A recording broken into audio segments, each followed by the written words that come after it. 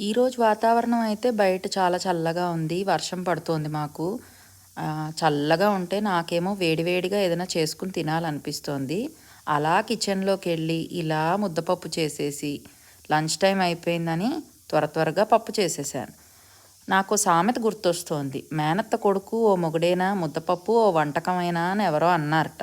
మేనత్త కొడుకు సంగతయితే తెలీదు కానీ, ముద్దపప్పును మించిన వంటకం ఉందంటే మాత్రం నేనైతే ఒప్పుకోను.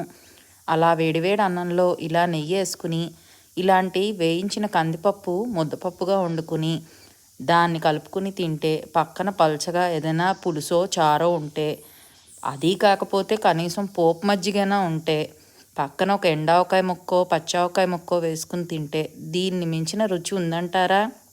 ఎంతైనా ద్రావిళ్ళ పిల్లని కదా! నాకైతే ఇదే చాలా ఇష్టం.